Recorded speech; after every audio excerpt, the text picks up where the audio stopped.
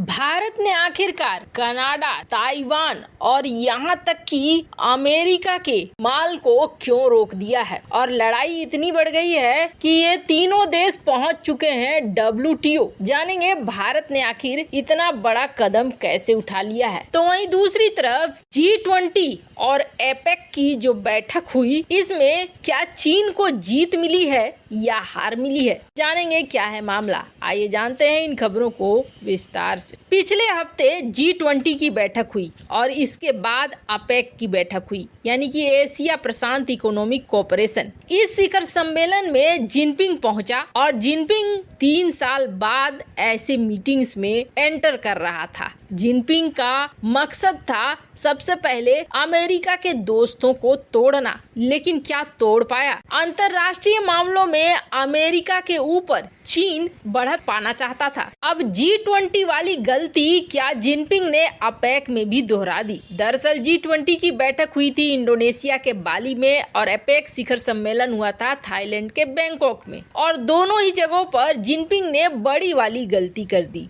G20 में हमने देखा जिस तरीके से आक्रामक हुआ बैठा था चीन, और आक्रामकता में कनाडा के प्रधानमंत्री जस्टिन ट्रूडो के साथ जिस तरीके से इसने बहस कर लिया, उससे जिनपिंग की छवि और भी खराब हुई। जिनपिंग दरअसल चाह रहा था कि अमेरिका के सहयोगियों को तोड़े, और इसके लिए जिनपिंग ने फ्रांस के साथ, ऑस्ट्रेलिया के साथ, Philippines, Papua New Guinea, Indonesia, दक्षिण कोरिया, जापान, सिंगापुर, इनके नेताओं के साथ द्विपक्षीय वार्ता का आयोजन किया था। हालांकि बातचीत भी कई जगहों पर हुई, लेकिन जैसे ही कनाडा के पीएम के साथ दोनों के तल्ख लहजे देखने को मिले, एक तरीके से झगड़े वाला स्थिति देखने को मिला, और जिनपिंग ये समझाने की कोशिश कर रहा था कि चीन के खिलाफ अगर कुछ भी बोलोगे तो वो बहुत बुरा हो जाएगा। उसे देखकर यही समझ में आया कि जिनपिंग एक तानाशाही रवैया पूरी दुनिया में स्थापित करना चाह रहे हैं, और इस तानाशाही रवैया के अंतर्गत वो चाह रहे हैं कि गुलामों की तरह पूरी दुनिया उनकी बात माने। हालांकि आपको बता दें, रूस के साथ मिलकर चाइना ने काफी पहले ये भी कहा था कि हम एक नया वर्ल्ड ऑर्डर बनाएंगे, यानी जहां अमेरिका सुपर पावर है ऐसा नहीं होगा। मतलब साफ था, चाइना और रूस के हाथ में कमान होगी। रूस के हाथ में तो फिर भी कम, चाइना के हाथ में कमान होगी।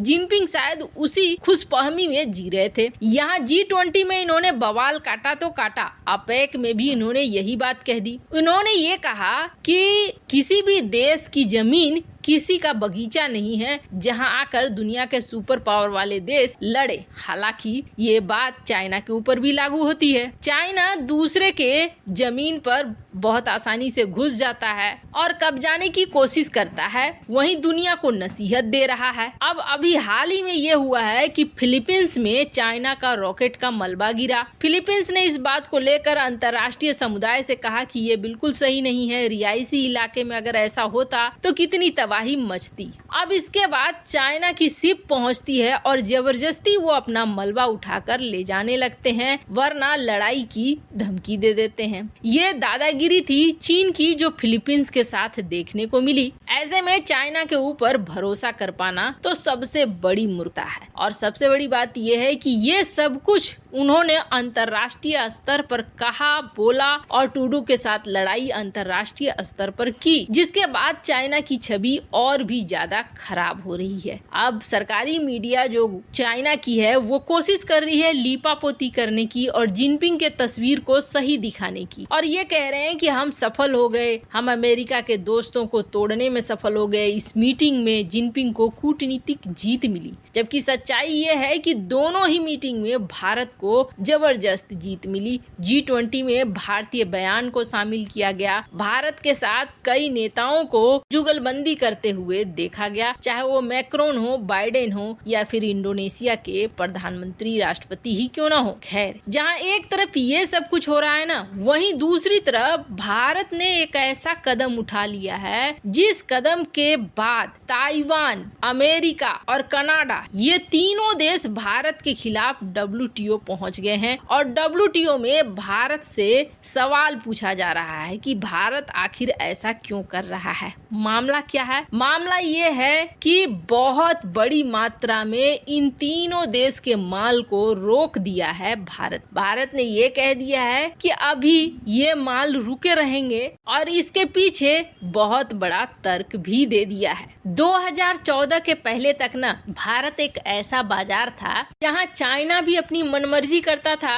और जहां पश्चिमी देश भी अपनी मनमर्जी करते थे। ये अपने हिसाब से चीजों को डंप कर देते थे। जो चीजें कहा जाता है कहीं और नहीं बिकती थी वो भारत में आराम से बिक जाती थी। हाल ही में एक रिपोर्ट आई थी और इस रिपोर्ट में ये कहा गया था कि जो खिलौने चाइना की तरफ से आते हैं उन खिलौनों में को बनाने में जहरीले पदार्थों का इस्तेमाल किया जाता है। बहुत सारे छोटे बच्चे होते हैं या बहुत सारे ऐसे बच्चे भी होते हैं जो लगातार इन खिलौनों से खेलते हैं और खेलने के बाद संक्रमित हो जाते हैं। कुछ ऐसे होते हैं जो लंबे समय बाद इनका असर झेलते हैं। ये खुलासा होते ही दुनिया भर के बाजारों में हड़कंप सा मच गया था। और आपको बता दें खिलौने के मार्केट में चाइना नंबर 1 पर कभी आया करता था। हालांकि भारत ने भी अब खिलौनों के व्यापार में बहुत बड़ी बढ़ोतरी कर ली है, पर अभी भी दुनिया भर से कई सारी चीजें आती हैं, चाहे वो खिलौने हो,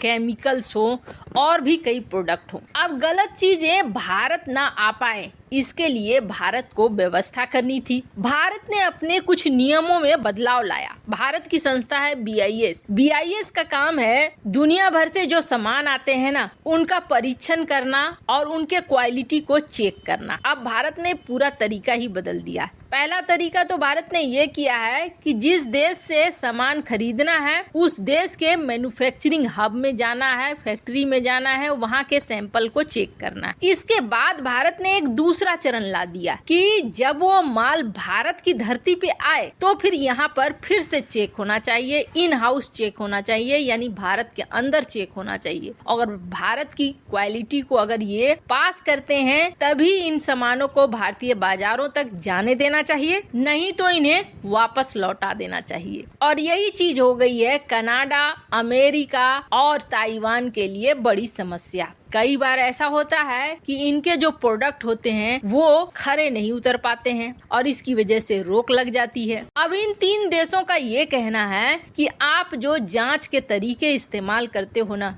ये जांच के तरीके बिल्कुल सही नहीं है और इससे हमारे एक्सपोर्ट में गिरावट आता है, देरी होती है और चीजें हम ढंग से बेच नहीं पाते हैं। इसी चीज की लड़ाई अब WTO में हो रही है। तीनों देश WTO में पहुंचे हैं कि BIS के जो रूल्स हैं, रेगुलेशन है, जो नियम है वो ट्रांसपेरेंट नहीं है, वो साफ साफ दिखने चाहिए, वो हमें पता होना चाहिए। इनके बारे में क्लियरिटी नहीं है जिसकी वजह से हमें लगातार नुकसान हो रहा है। भारत ने ये कहा है कि नहीं, हम क्वालिटी चेक तो करते रहेंगे। वैसे आपको क्या लगता है, क्या भारत बिल्कुल सही तरीके से चल रहा है? कमेंट कर अपनी राय जरूर बताएं। जल्द मिलते हैं अगले वीडियो में नई खबर के साथ।